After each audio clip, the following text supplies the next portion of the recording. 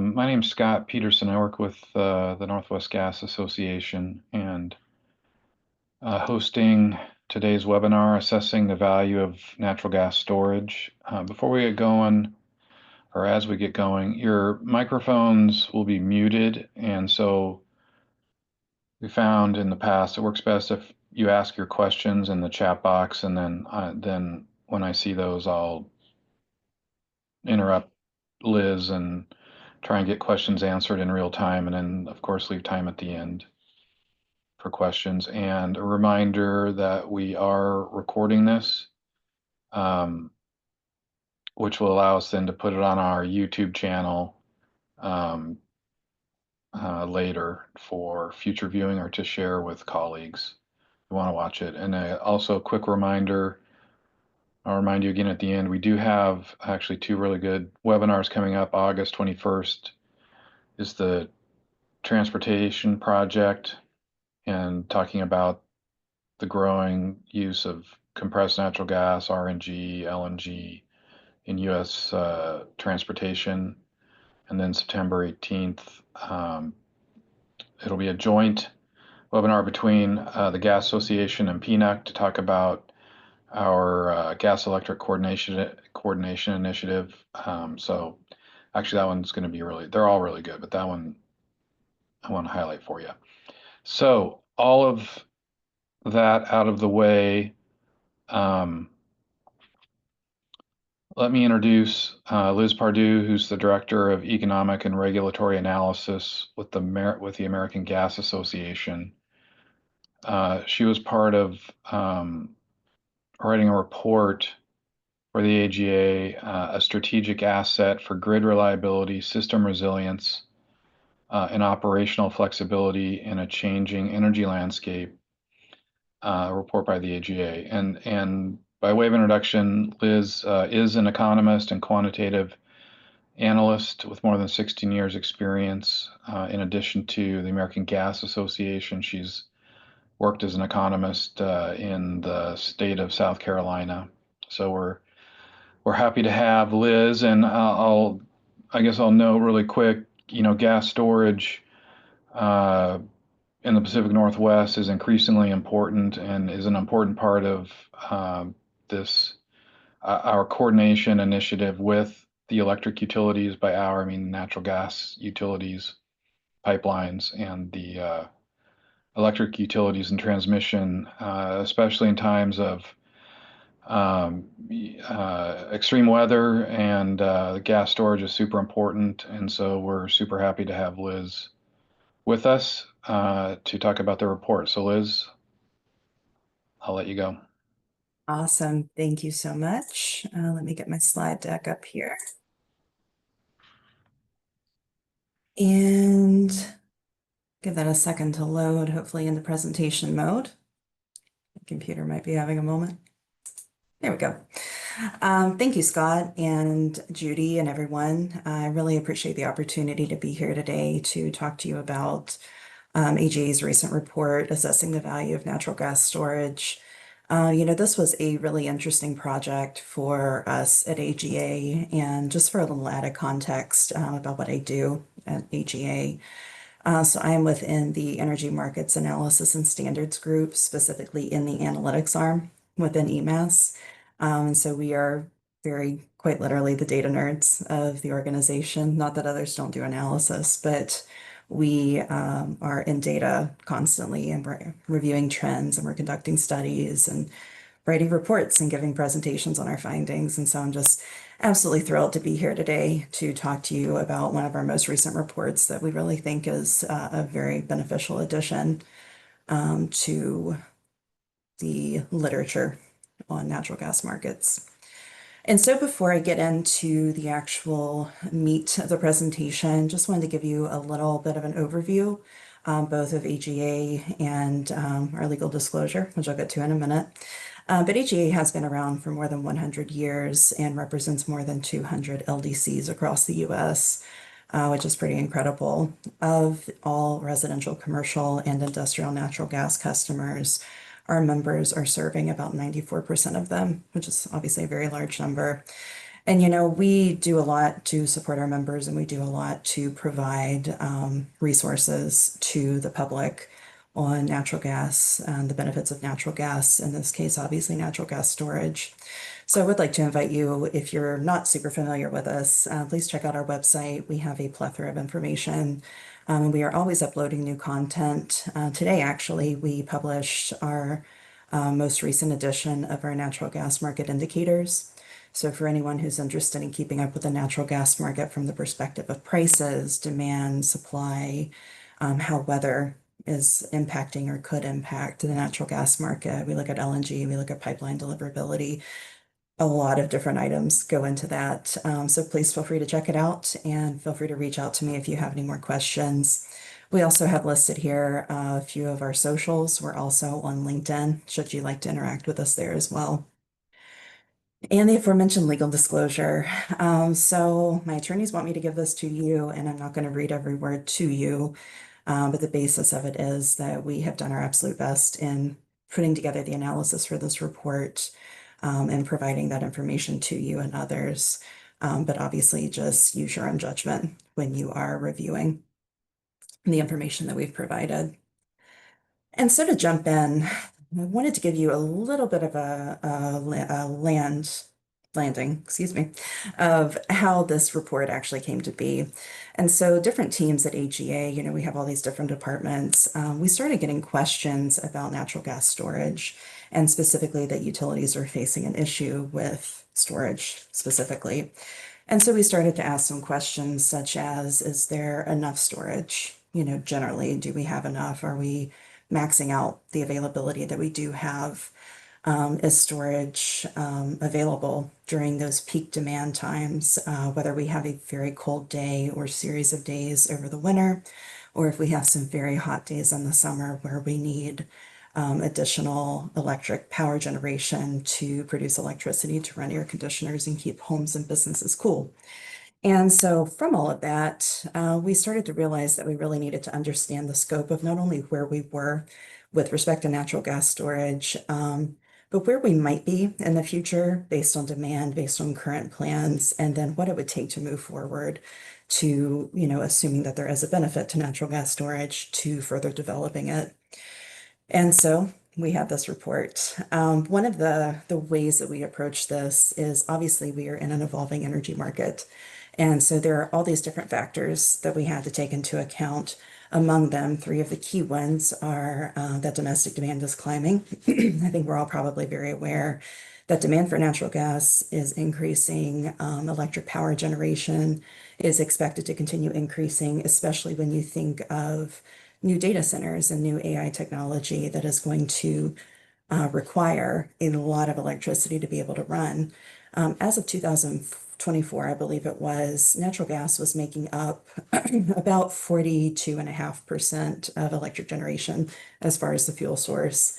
So, that's obviously a very large number. It's the largest fuel source that we have in our fuel mix right now. And so those are just really important to keep in mind.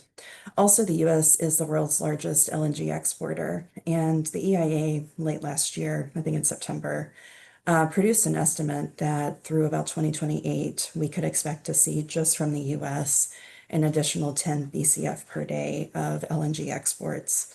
That is a little dated at this point because at that time, a few facilities were still being built. But now we have Plaquemines Phase 1, we have Corpus Christi Phase 3 that have been ramping up production. And so that number is a little different now, but still from not quite a year ago, we were looking at additional 10 BCF per day potential in LNG exports. And also system reliability and resiliency is critical. We need to make sure that the energy that is needed on those cold winter days or on those hot summer days is available and making it to the people who need it most. And so what is the role of storage in this changing landscape? That is what we have endeavored to figure out. So this just gives you a little idea of how our report is laid out.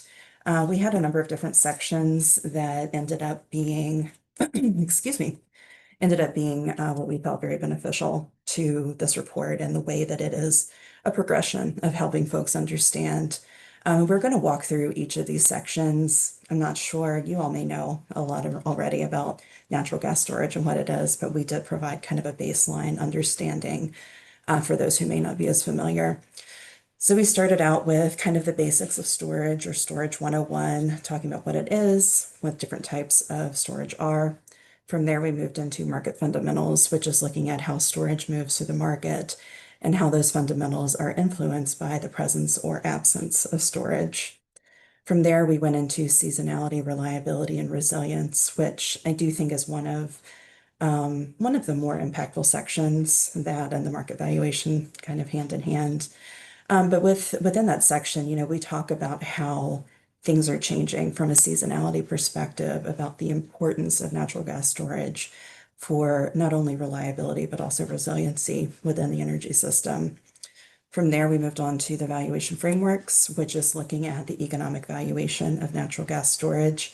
And this includes things such as a market valuation, looking at intrinsic and extrinsic values, as well as a regulatory as well as a regulatory evaluation, which is obviously based on the potential to earn a return on the capital invested in some type of a regulated entity, something to do with a public utility, for example, a gas LDC, as well as being evaluated on a cost of service model, most likely.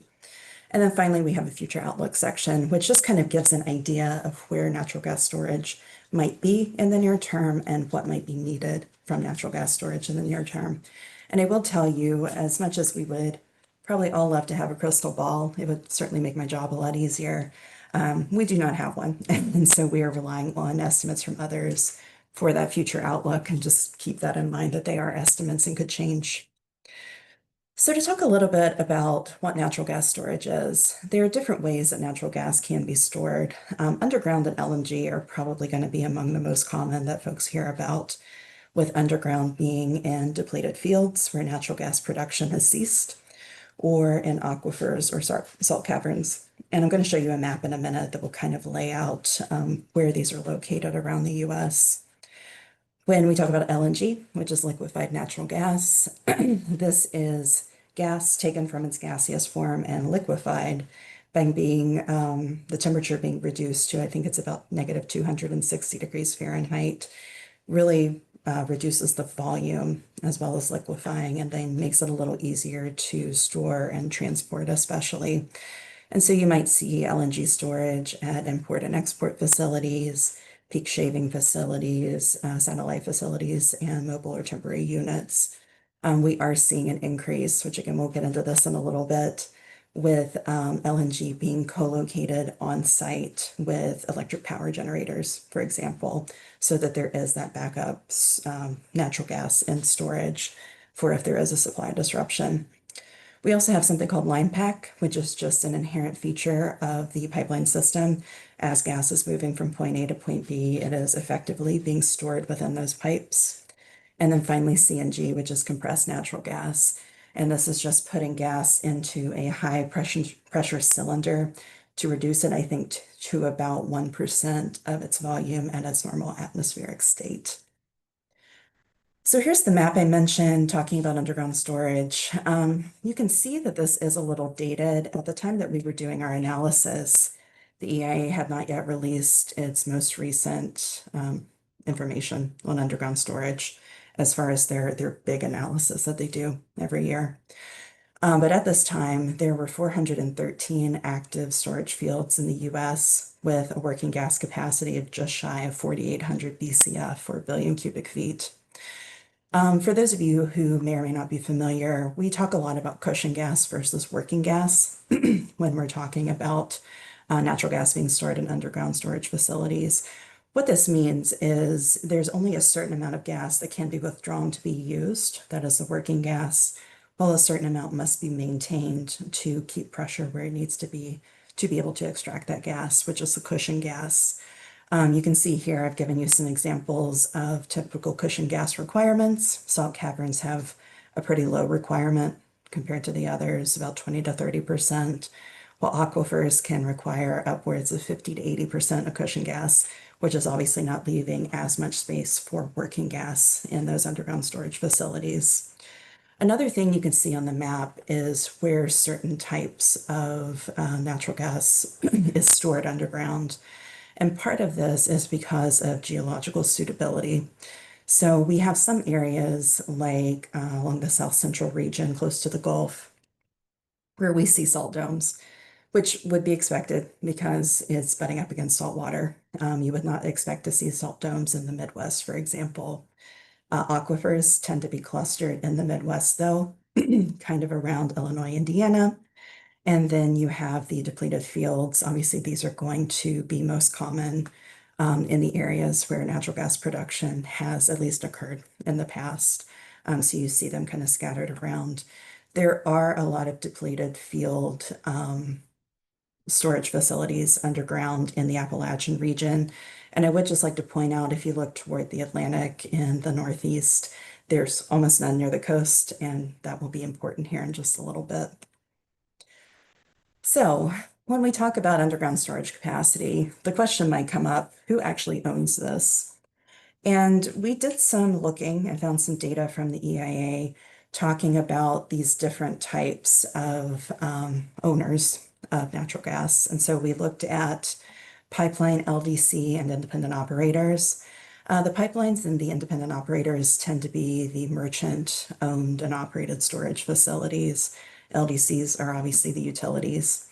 And the EIA data allowed us to break it out by working gas capacity as well as maximum daily deliverability. And if you look at these percentages, just looking at the LDC and then the remainder for the other two representing merchants, the merchant owned and operated storage is actually making up the bulk, about 3/4 of both working gas capacity and maximum deliverability as of, I think this was 2003 data. Don't think we have it on the chart.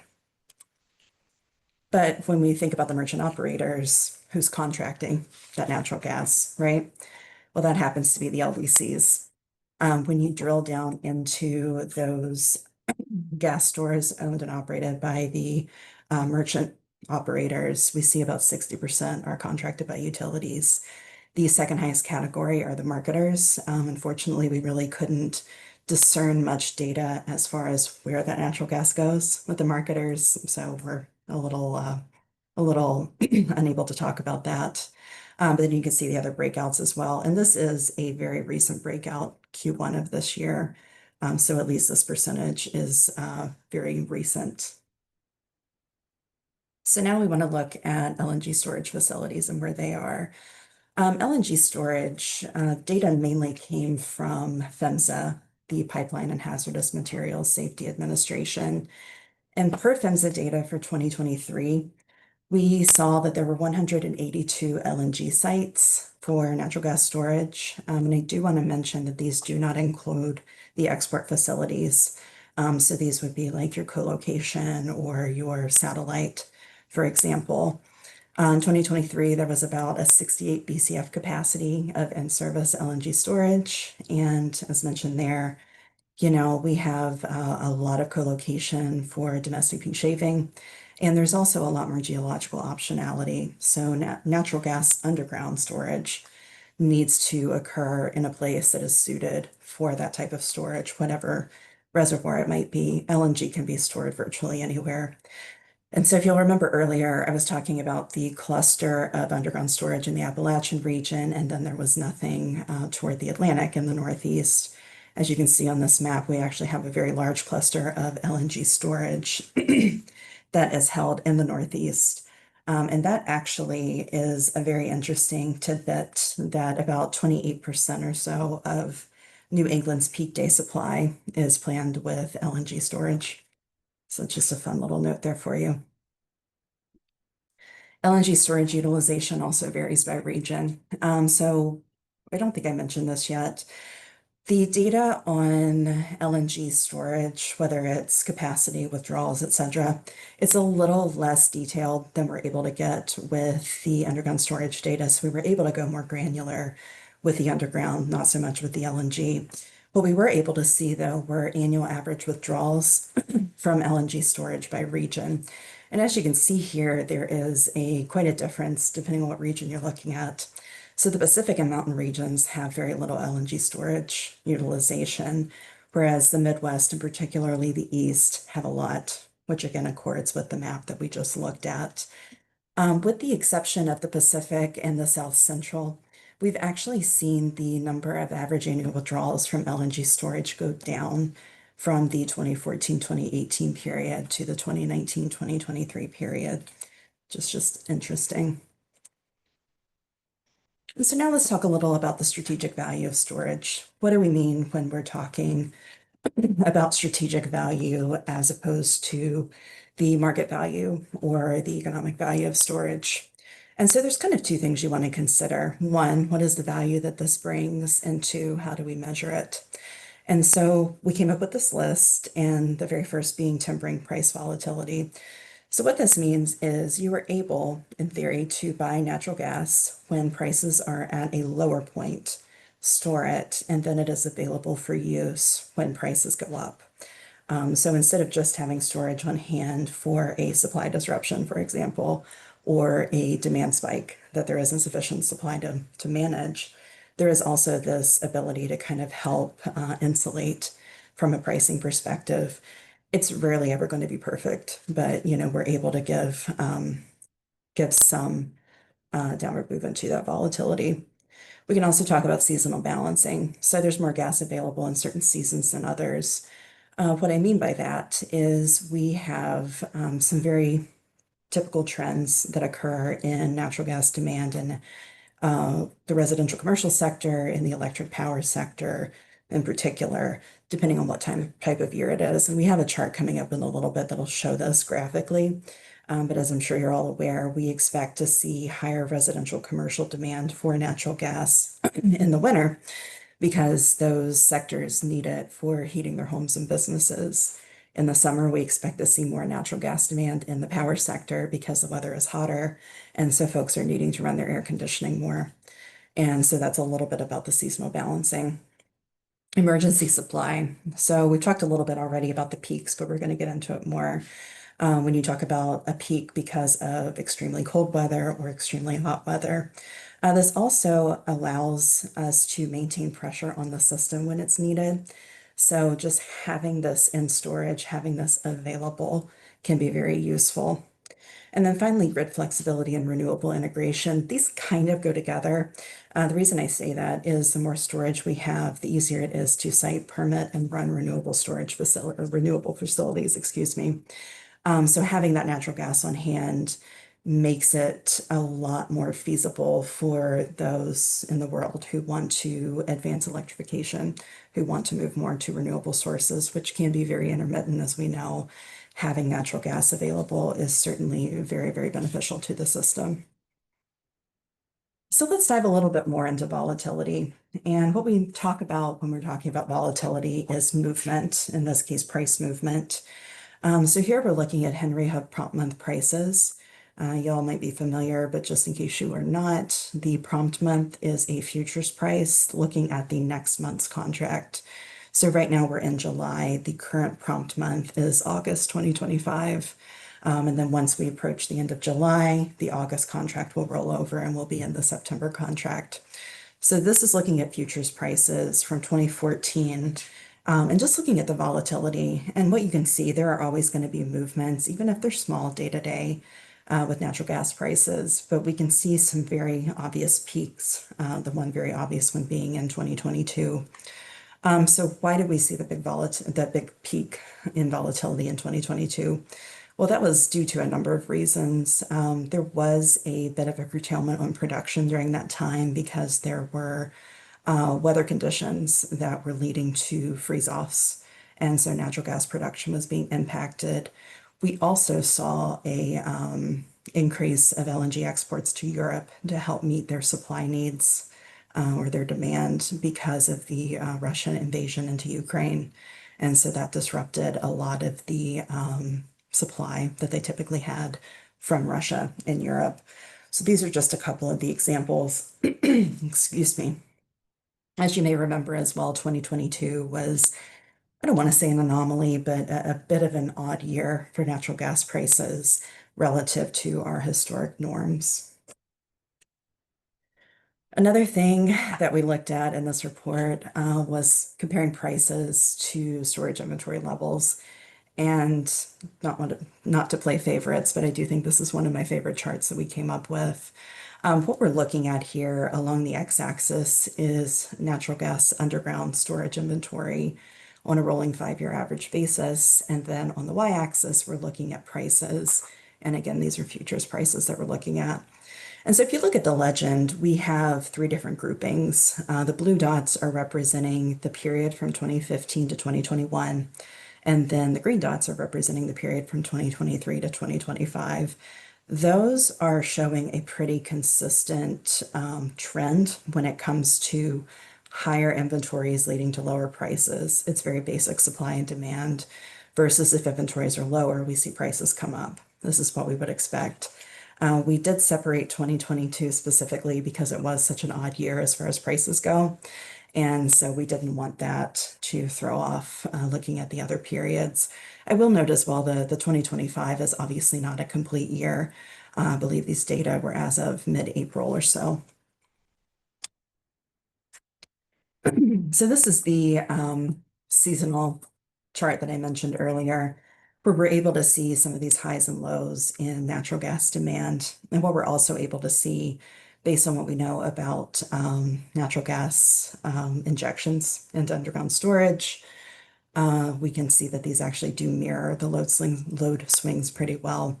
So if we start at the top with residential and commercial, again, as we mentioned, the peaks tend to happen, or the increases tend to happen in demand during the winter heating season. So there's a lot more need for natural gas for heating homes and businesses. Then we see these troughs in the warmer months where natural gas is being used for perhaps a water heater or to run an electric, excuse me, a gas stove. But then we still see, there is some demand, but it comes down quite a bit. On the opposite side, when we look at electric power, we're seeing those little bumps happening during the warmer months. Reason being, of course, the need for electric power to supply power to air conditioners. And so this gives us kind of the injection season and withdrawal season movements that we all, I'm sure, are very familiar with, refill season or injection season being from April 1st to October 31st of each year, and then the winter heating season or withdrawal season being the colder months. Another one of the graphs that I really like out of our analysis. So this was an interesting trend that we had started to pick up on as we were doing our research. And, we're used to seeing withdrawals from underground storage. Again, as I mentioned earlier, but it bears repeating, we just don't have the granularity of data with LNG, so most of these are going to be on underground storage, unfortunately. But we started seeing this trend of more withdrawals happening during the summer months as well. And so we decided to plot it out and do some analysis. And what we found is that on average, about 21.4 BCF of additional withdrawals are made during the summer months, year over year from 2011 through 2024. And this is, again, just a very interesting data point, and speaks to not only the importance of the availability of having natural gas storage, but also the how useful natural gas is in meeting those summer demands as well as those winter demands. I do also want to note our p-value is less than 0.05, which means that these data are statistically significant. And this is always a chart that we love to show. This is our storage chart looking at roughly the last year and a half, 2 years or so at this point. What you're able to see on this chart is the gray shading is representing the minimum and maximum storage inventories over the last 5 years, with the 5 years here, excuse me, being 2020 to 2024. The gray line in the middle is the average 5-year trend of inventory levels, and then the blue line is going to be our actual inventories week over week in underground storage. And so what you can see, especially as we got into the shoulder months last year, so in April, let's say, we can actually see that our actual storage inventories in underground storage were well above the maximum of that 5-year range. And that stayed pretty true into the fall shoulder months, where we started to see a little softening, but we were still above the 5-year average. This past winter, however, as I think we're all probably aware, was very, very cold. And so we had to dip very far down into our storage. What's good about this is we had the natural gas in storage available so that it could be used to continue operating the grid as normal. And then what you can see as we move into the shoulder month this year and into the current week, which I will say this is data as of July 4th for the most recent week. There was another storage report today that was released at 10:30, and I believe this brought, I think it brought up by about 43 or 46 BCF net injection. So we're a little bit higher than the numbers you see here as of the most recent week that the EIA has released. Anyway, currently we are about 6.1% above the 5-year average, which is great. We are still lagging, though, the last year by about 5.8%, but that number has been coming down. So hopefully we'll see a positive in the near future. And this is just a different way to show how essential storage is for grid reliability and resilience. So this chart is looking at the lower 48 as well as 3 regions, the East, Midwest, and South Central, and how their week over week storage inventories compared to their relative 5-year averages. So obviously the 5-year average for the lower 48 and then the East, the 5-year average for the East specifically, etc. What was really interesting here is starting in about mid-January, all of these regions began to show negative numbers to the 5-year average for their actual storage inventory. And they actually reached their low point all on the same day, March 7th. So I'm sure you're aware we had a number of winter storms and just some generally very cold weather. This past January was actually the coldest January in, I believe, 30 plus years. So, it was a very, very cold winter. And interestingly, all of these regions hit their low point on March 7th, as I mentioned. The US as a whole was down about 12% relative to the 5-year average. And then regionally, the Midwest went down to more than 22% below the Midwest 5-year average. So this just illustrates how important natural gas storage is and the fact that, if natural gas storage hadn't been available here, there probably would have been a scramble to make sure that there was enough to provide to customers who needed it.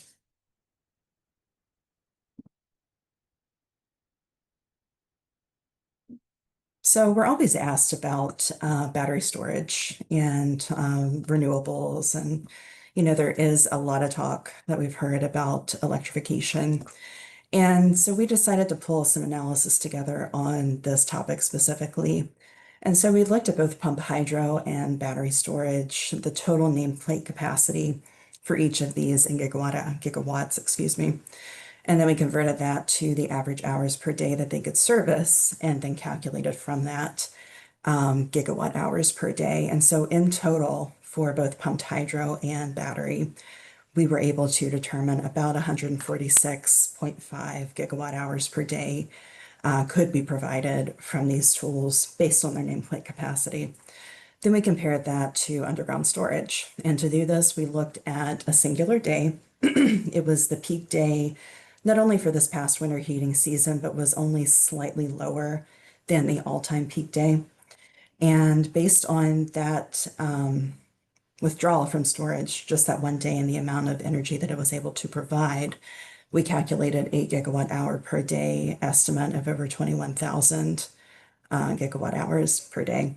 And so it's just interesting to look at the stark difference here, especially when we do hear folks talk about battery storage. It's the solution, it's the future. What's also interesting about this is that 146.5 gigawatt hours per day for both the pump hydro and battery. If you square that number, you come up very, very close to the natural gas storage number that we computed. And so from here, let's dive into the economic value of natural gas storage. So we've talked a lot about what storage is and how it moves through the market and how it's being utilized and some of the other benefits that storage provides for us, from tempering price volatility to allowing for grid flexibility. Now we want to dive into more of what this report was able to do as far as the economic valuation. And so to do that, I think I mentioned this earlier, we looked at both the market valuation and the regulatory valuation. And when we're talking about market valuation, we're talking about merchant-owned storage. And this is going to be market priced out in the market. Prices go up, prices go down. So it is price sensitive. And we're going to be looking at this from the perspective of intrinsic value, which is looking at seasonal price differences between the injection and withdrawal seasons. And then also extrinsic values, which is looking at short-term market opportunities. And we'll be going back to a discussion on volatility there. When we talk about regulatory valuation, this is utility-owned storage. As I mentioned earlier, this is valued through the regulatory approval process.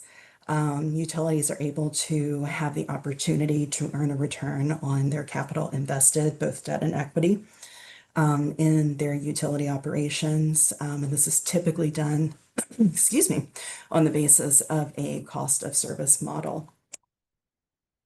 So to get into the intrinsic value, as I mentioned, we looked at a comparison of the seasonal spreads between the winter heating season or the withdrawal season and the hotter months that we call the refill season from April 1 through October 31st. And what we see here were actually some very interesting trends. So we use these three time periods, starting with 1994 to 2003. We looked at the price spreads here, and you can see the minimum and maximum of the range. But what's important is the average, which is about 22 cents per million BTU, was actually a positive number in this mid 90s to almost the mid 2000s period. When we look at the next decade, roughly of 2023 to 2013, we see that that spread has shrunk. And so we are actually in the negative by the time we get to the mid 2000s to about 2013. This was a negative 27 cents, I believe. And then we look at the final time period, 2013 to 2023.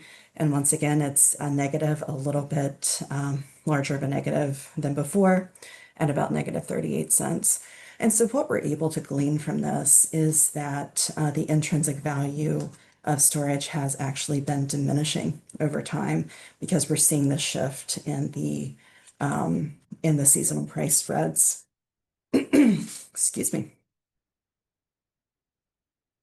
Looking at price volatility again, as I mentioned, it would be coming back up. This is how we evaluate the extrinsic value of storage. And so we have this looking at spot prices this time. We have this graph talking about the daily price deviation at the Henry Hub.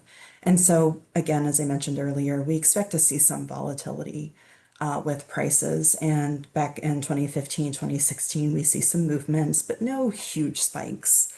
We see one kind of popping up in late 2015. As we move onward toward more recent times, we're starting to see these bigger jumps. And what these are showing is that while the intrinsic value of natural gas storage has been on the downward slope, we are seeing growth in the extrinsic value of natural gas storage, and that there is value for the storage owners here because of these price differentials. So one way that you can look at this is, as we talked about earlier, there is this concept of hedging, and you can do a physical hedge, you can do a financial hedge. If you buy natural gas when it's at a lower price and then sell it when prices have gone up, that is a way to gain some value from natural gas storage. Another thing that's interesting here is we can tie some of these to some winter storms that we've had over the last several years. Winter Storm Uri, for example, happened in February of 2021, and that's the somewhat big spike that we see around the 2021 mark. And then in 2024, we see the impact of Winter Storm Heather, which is a much bigger spike. And so we're seeing these primarily because Uri in 2021 impacted Texas, which is a large producer of natural gas, both out of the Permian Basin and the Haynesville Basin.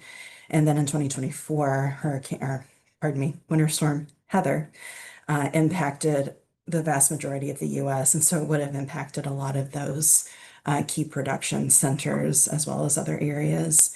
I'm sure we all remember Winter Storm Elliott as well, around Christmas of 2022. Well, we do see some movement around that time on this chart. It's not nearly as big.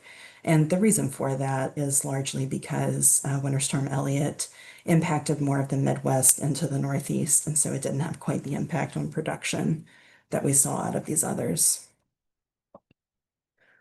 So is there enough natural gas storage? Take a moment and get a drink. We needed to be sure to try to answer this question. And to be able to do that, we looked at a 5-year average of underground storage utilization as we're entering the winter heating season. Now, this is a little tricky to do, and the reason I say that is EIA publishes weekly data, but the week endings are not always consistent.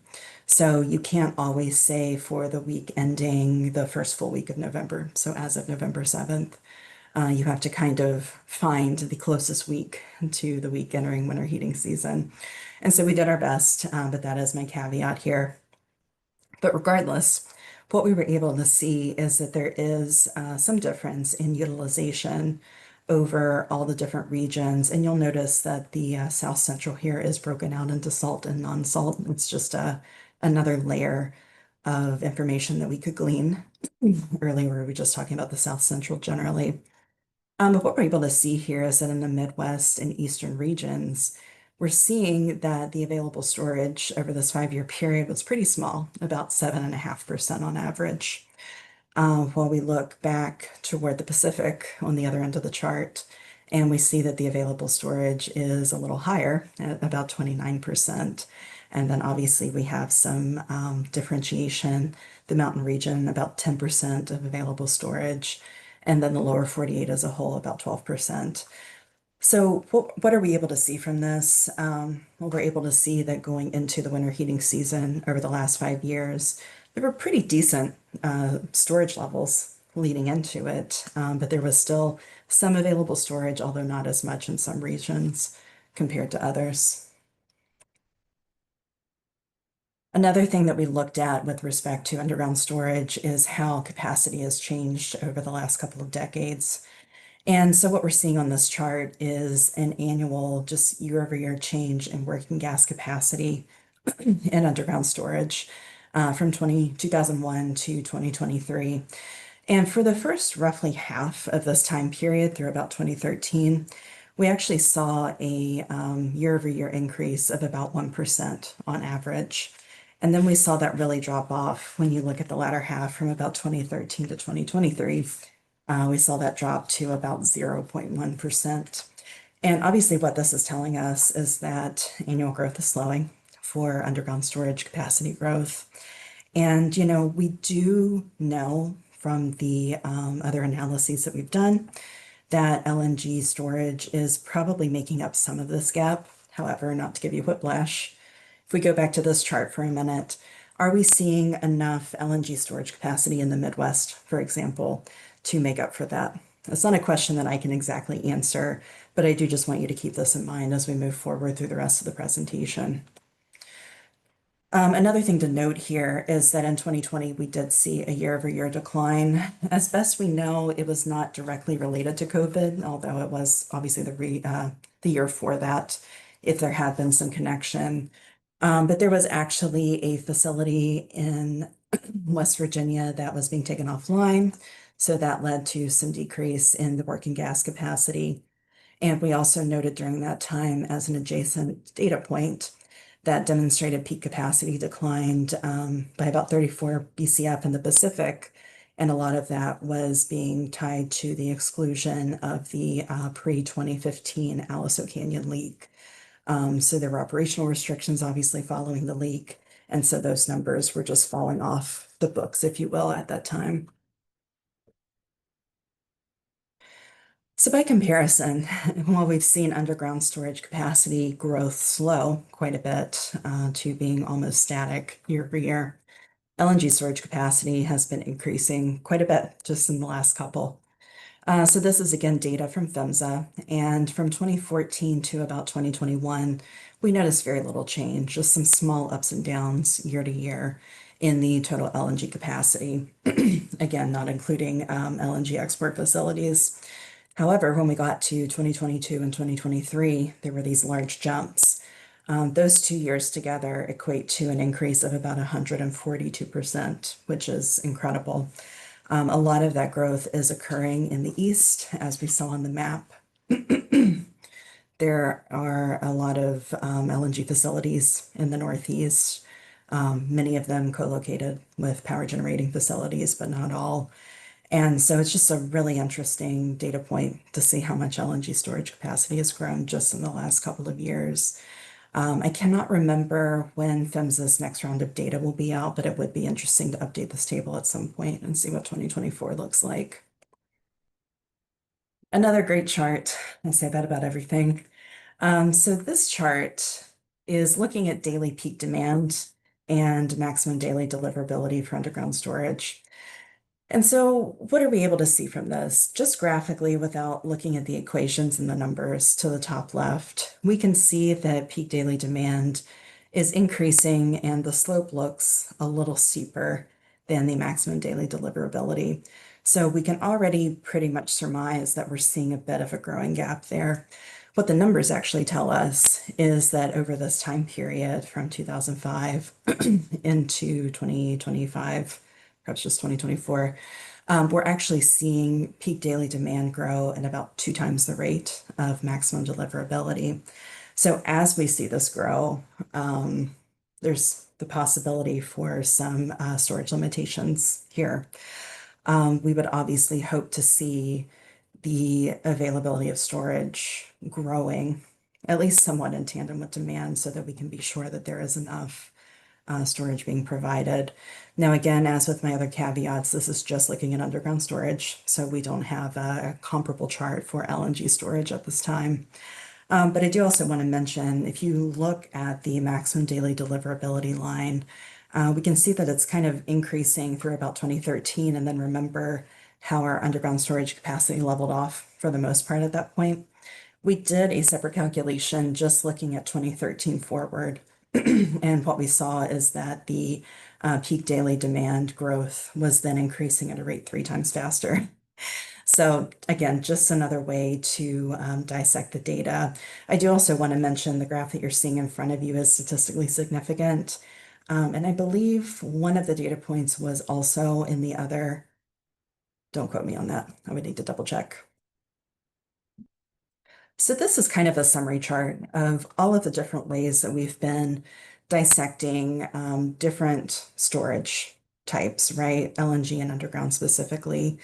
But these are looking at compound annual growth rates or CAGRs over roughly a decade from 2013 to 2023. The one caveat being the PHMSA data for LNG storage is reflecting only 2014 to 2023. So just keep that in mind.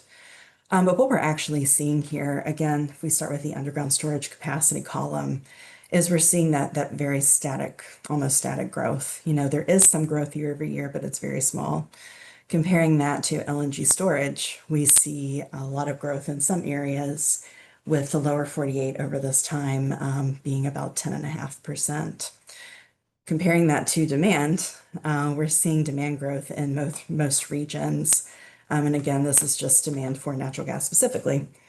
But we're seeing that in most regions, and they're not quite keeping pace. You know, we have a lot of demand growth, or some demand growth, I'll say, in the eastern region. It actually is the highest growth CAGR out of all the regions that we're presenting here.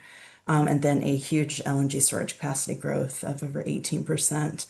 Not surprising given what we've talked about with New England having a lot of LNG storage facilities and using LNG for quite a large portion of their peak planning.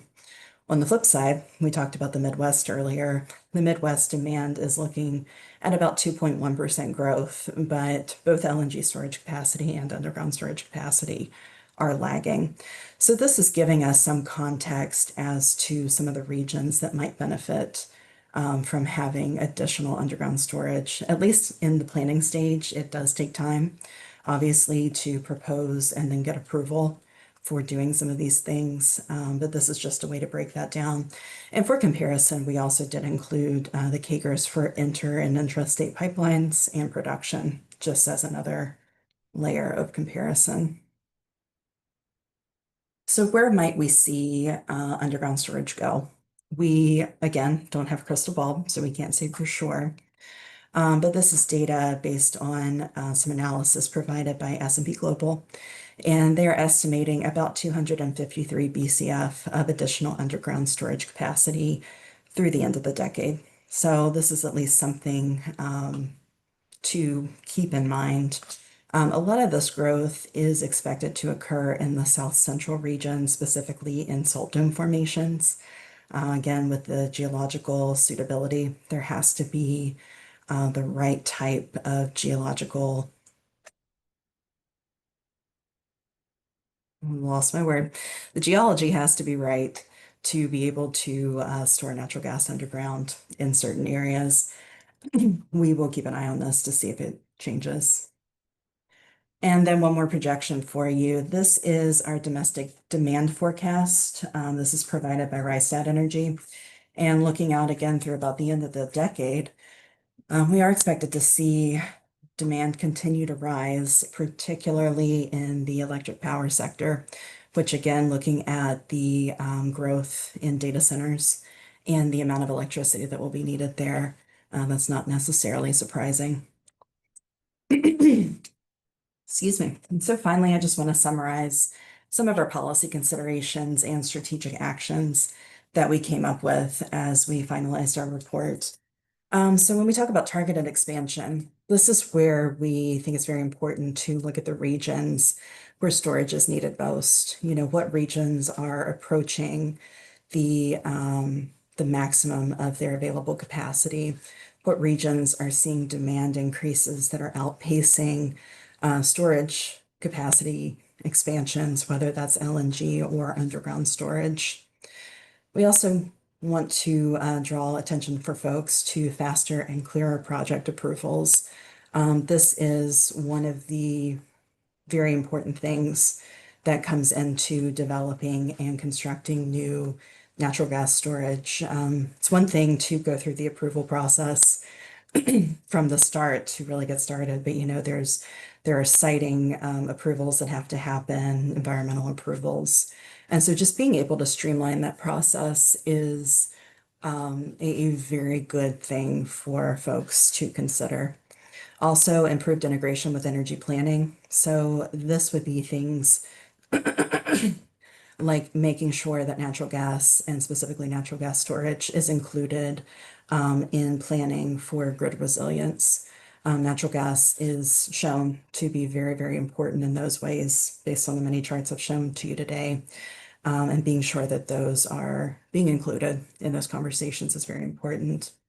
Also, full value recognition. There is not just a monetary value to having natural gas storage. There are also immense benefits to LDCs and their customers and society at large. And then finally, the support for low carbon pathways.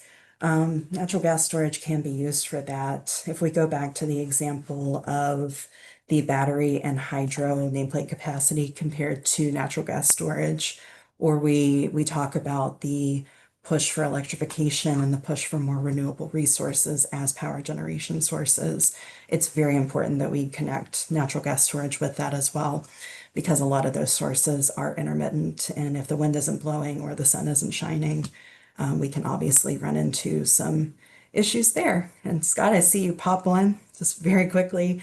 This QR, which I'll send around the slide deck, but this QR will take you to our report.